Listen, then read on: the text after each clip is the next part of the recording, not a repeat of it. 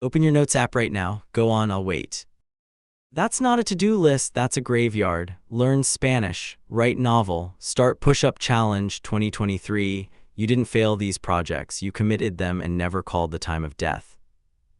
And every productivity guru on your algorithm will tell you the same lie. You're lazy, you lack discipline, you need a 5 a.m. cold plunge and a whiteboard. Cool theory. Except the actual research says your brain is the opposite of lazy about this. It is obsessed, borderline unhinged about finishing things. It will not let go. It sends you intrusive 2 a.m. thoughts about an email you didn't send in 2019.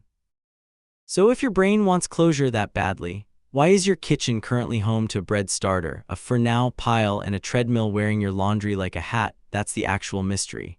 And it's got a waiter, a lying chemical, and a psychologist who basically proved you're scared of report cards. Let's go. Rewind to 1927. A psychologist is in a cafe watching waiters take huge, chaotic orders with 0 notes and nailing every one. Genuinely impressive. Then she notices the twist. The second the bill is paid, the order is gone. Ask the same waiter 2 minutes later what table 6 had, and you get the face of a man who has never worked in this restaurant or possibly this city.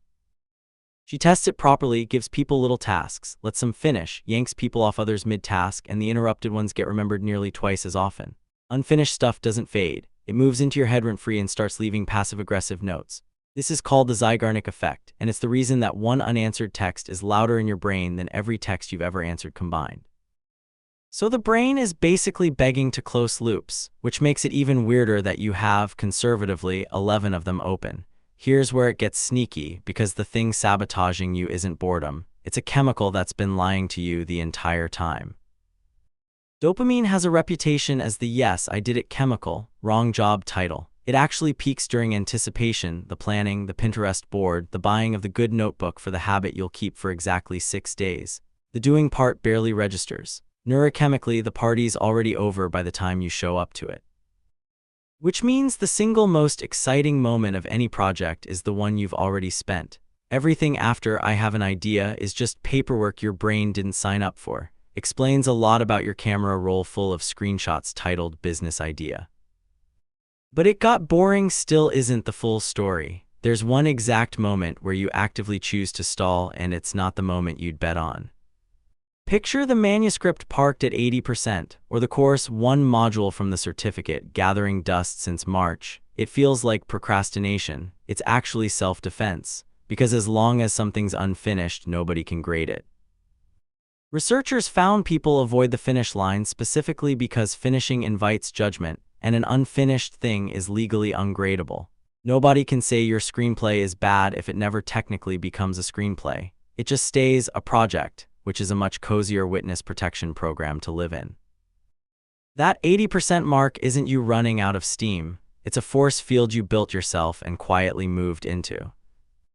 And here's the part that'll either comfort you or ruin your week. Some people build that force field constantly, and some people basically never do, and it's got nothing to do with who wants it more.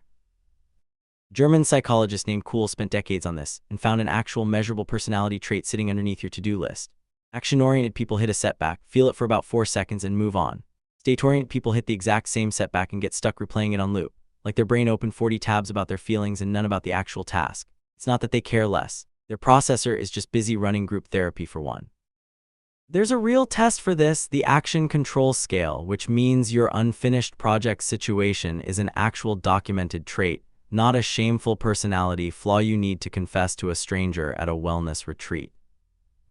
Or state-oriented people just doomed to a life of 73% completed audiobooks. No, and this next bit is the plot twist buried in the research. A psychologist named Afseen Kina found the reverse effect is just as real. Once you start something even for 30 pathetic seconds, your brain forms a genuine itch to go back and finish it. Starting isn't neutral. Starting is you planting a hook in your own skull, legally with science's blessing. Catch is a newer finding called the goal licensing effect shows we sometimes treat that first bit of progress as permission to stop. I did 15 minutes, I'm basically a gym person now, and then you coast on the vibe of momentum instead of the actual momentum. Tricky.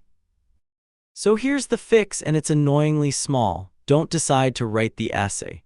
Decide to open the document and write 1 sentence. You're not hacking your motivation, you're planting the Afseen Kina hook on purpose, like a tiny con artist scamming your own brain into caring.